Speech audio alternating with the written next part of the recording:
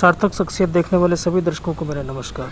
सार्थक शख्सियत के आज के एपिसोड में जिस शख्सियत से हम आपकी मुलाकात कराने जा रहे हैं, उस शख्सियत से भारत के लोगों को सीखना चाहिए। जो लोग भारत की सरजमी पर पैदा होने के बावजूद भी आज तक हिंदी न बोल पाते हैं न समझ पाते हैं, उन लोगों को भी उस शख्सियत से सीखना चाहिए कि सिर्फ इंग्लिश बोलना या समझना ही आपके वेल कल्चर्ड होने की निशानी नहीं है और ना ही सर्टिफिकेट है। उस शख्सियत से उन लोगों को भी सीखना चाहिए जो लोग इतने सालों बाद भी हमारे समाज के एक तबके को आज तक अपना नहीं समझ पाए हैं।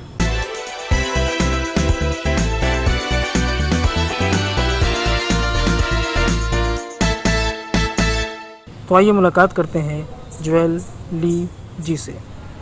तो ज्वेल सर, भारत से कैसे जुड़े? मैं तो बेसिकली मूल रूप से यूएसए से हूँ, अमेरिका से।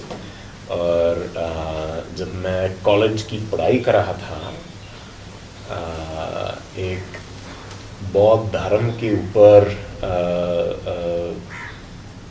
एक एकेडमिक प्रोग्राम था बोध गया बिहार में। तो उसमें मैं गया था सन 96 में और 4 महीने एक सेमेस्टर का कोर्स किया था, बुद्धिज्म का कोर्स बोध गया बिहार में। तो वहाँ से सिलसिला शुरू हुआ। वहाँ जाके हिंदी सीखने लगा और यहाँ के लोगों से मिलने लगा और यहाँ के माहौल से, संस्कृति से, इतिहास से, ज़ुबान से एक तरह का ख़ास लगाव हो गया, चस्का लग गया। और फिर मुझे लगा कि मुझे बार बार आना है। जैसे उमराव जान का गाना है, इन दीवारों दर से आपको आना है बार बार। भारत की ऐसी वो कौन सी चीज़ थी जिसने भारत की दरों दीवार देखने के लिए आपको बार बार भारत आने के लिए मजबूर किया? लोग दोस्ती। देखिए, बहुत कुछ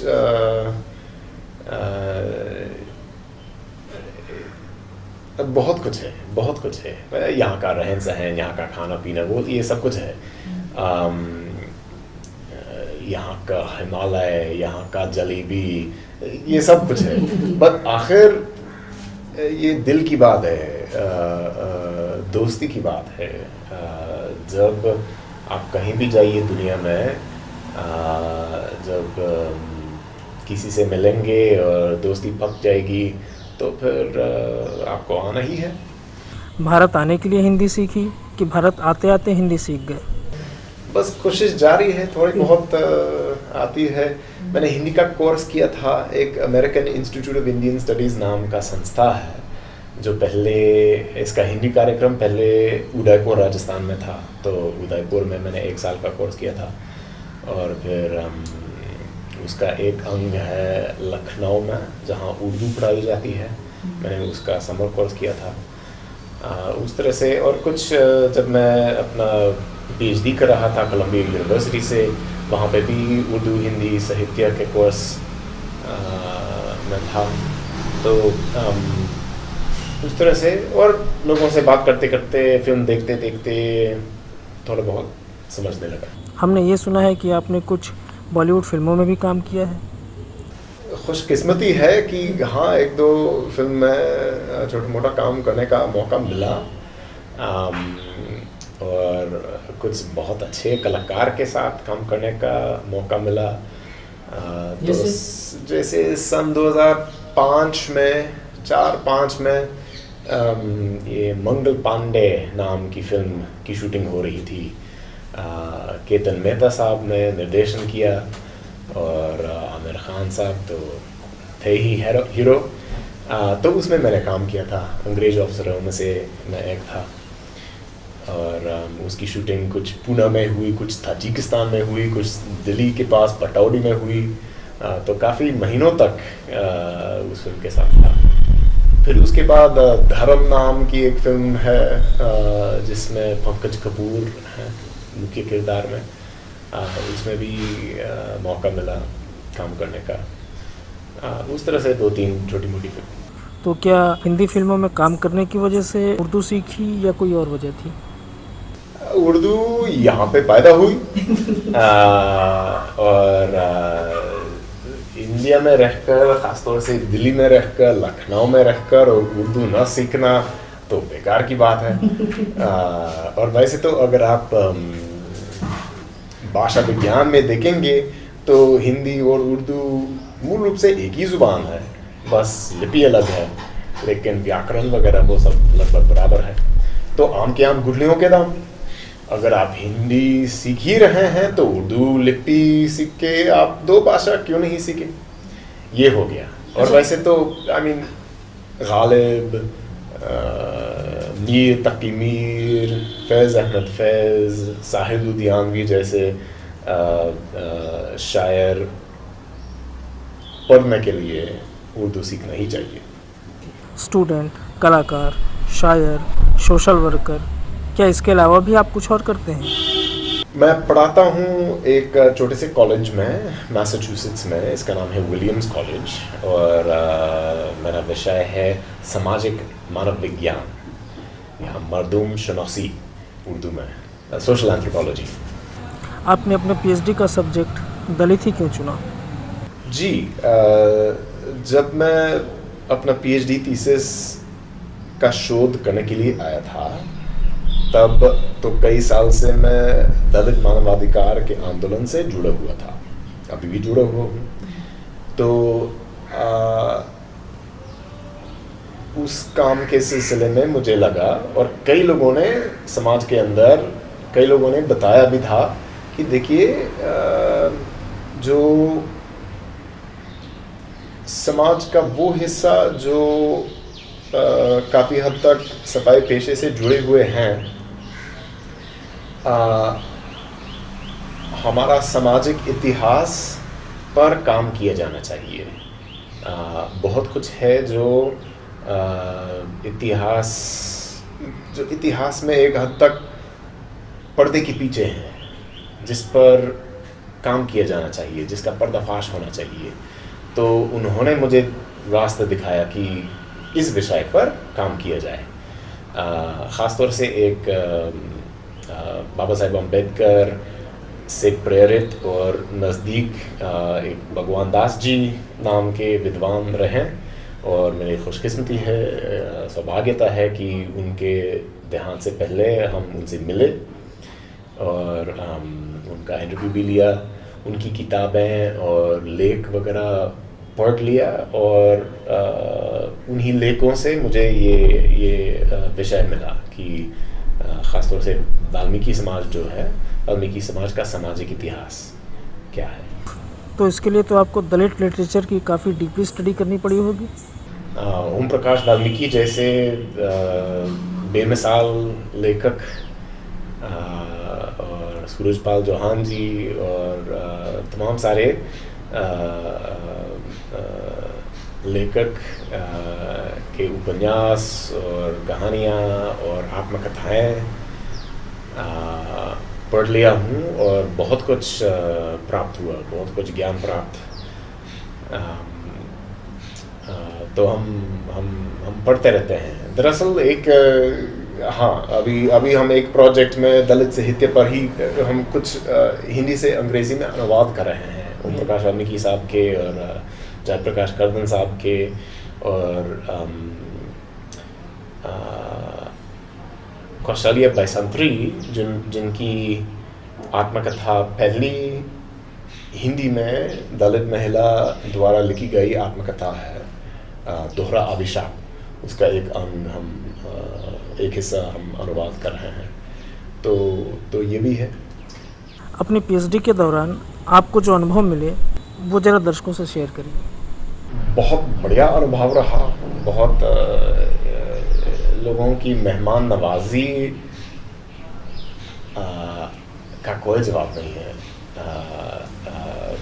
हम हमेशा के लिए आभारी हैं, शुक्रगुजार हैं कि लोगों ने मुझे स्वीकार किया और अपने घर में ले आए, और लोगों के साथ रहने का मौका मिला, और लोगों ने कितना शेयर किया, कितना बताया, कितना अपने अनुभव को लेकर, अपने इतिहास को लेकर, अपने, और ख़ासतौर से जो बड़े बुज़ुर्ग लोग हैं समाज में, उन्होंने क्या क्या बताया है, उन्होंने क्या क्या देखा है अपनी ज़िंदगी में और कैसे कैसे बदलाव हुआ, सब कुछ बता दिया, जो जिससे मुझे बहुत कुछ मिला और बहुत कुछ सीखा जो मैं नहीं जानता था और जो किताबों में नहीं मिलता है।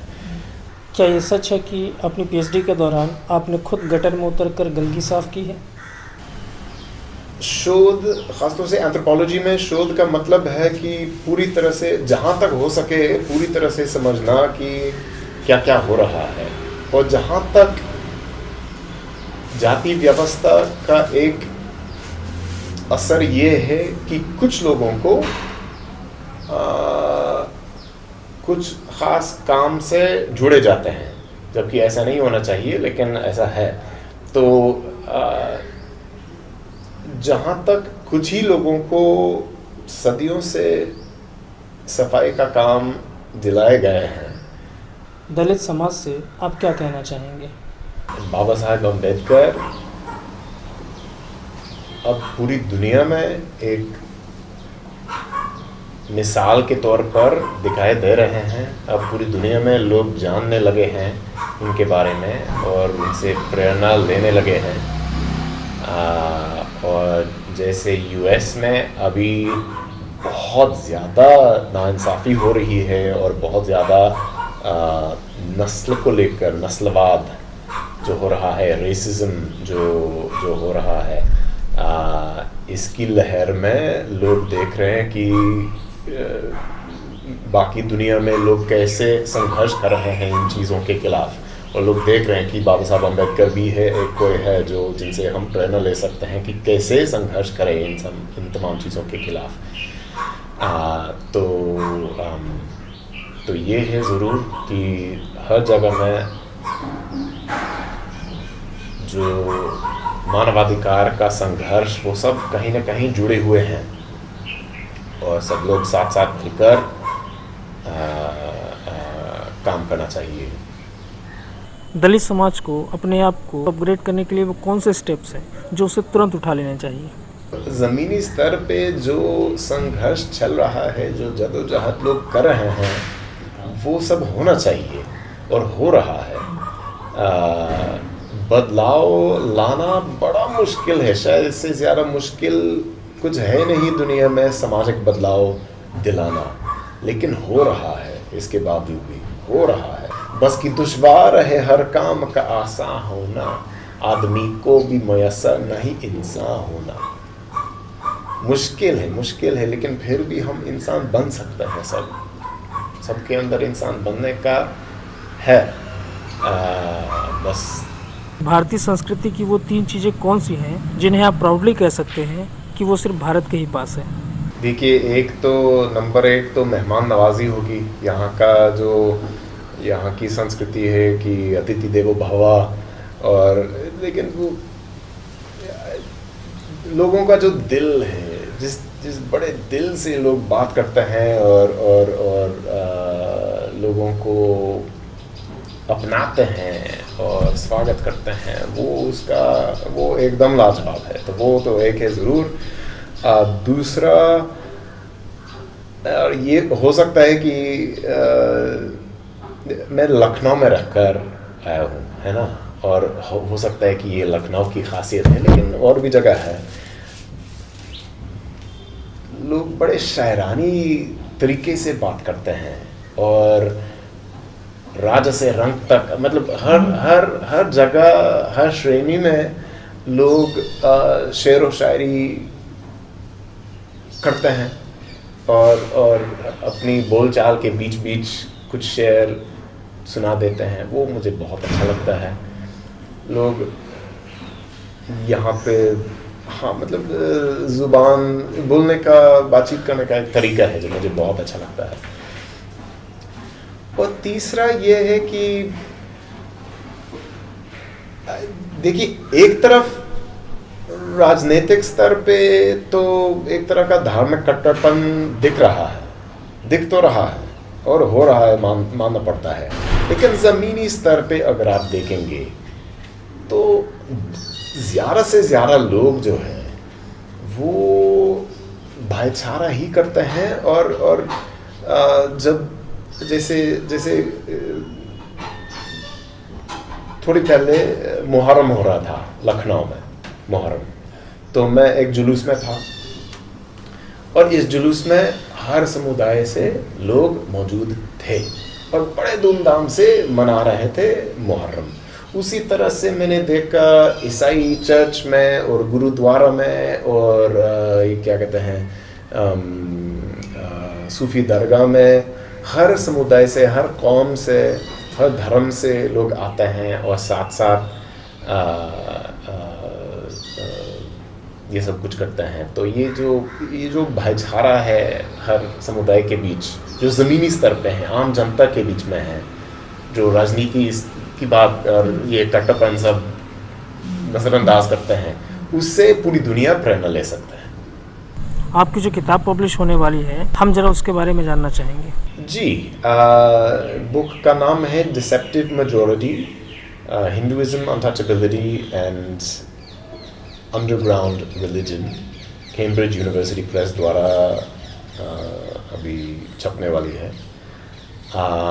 और ये उसी विषय पर है जो हम बात कर रहे थे, सफाई कामगार समाज का सामाजिक इतिहास और वर्तमान स्थिति के ऊपर है। और इसके साथ साथ हिंदू बहुसंख्यवाद जो अब दिखाई दे रहा है, वो कैसे पैदा हुआ, कैसे बढ़ गया है, इन तमाम चीज़ों पर है। तो बेसिकली 1870 के दशक से लेकर अभी तक एक सामाजिक इतिहास लखनऊ में केंद्रित है, पर पूरे उत्तर भारत के लिए भी है। हम भारतीयों से क्या कहना चाहेंगे? गालिब का एक शेर है, इश्क ने तबीयत से ज़ीस्त का मज़ा पाया,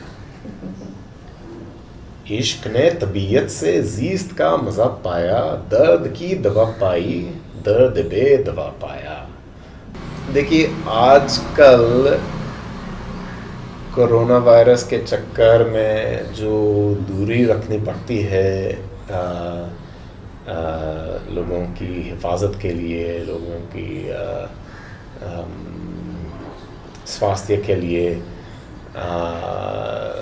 उससे सबको यहाँ पे जो एक ख़ासियत है, जिस ढंग से लोग बड़े दिल से मिलते हैं और एक दूसरे से प्यार करते हैं, और जो सामाजिक भाईचारा जिसकी बात हम कर रहे थे, वो यहाँ की एक ख़ासियत है, जो तमाम बाधाओं के बावजूद भी, कोरोना वायरस के बावजूद भी, राजनीतिक कट्टरपन और कट्टरवाद के बावजूद भी हो रहा है और ज़िंदा है और ज़िंदा रहेगा। वो यहाँ की एक ख़ासियत है जो जिससे हम बहुत प्रभावित है और प्रभावित रहेंगे, और जिसका बहुत बड़ा असर पड़ा है हम पर और हमारे पूरे परिवार पर। हमसे बात करने के लिए बहुत बहुत धन्यवाद, और हम चाहेंगे कि आपकी किताब जल्द से जल्द छपे और मार्केट में आए। तो कब तक आ रही है आपकी किताब? उम्मीद है कि 2020 के अंत तक आ जाएगा। देखते हैं। Thank you sir. बहुत बहुत धन्यवाद आपको भी।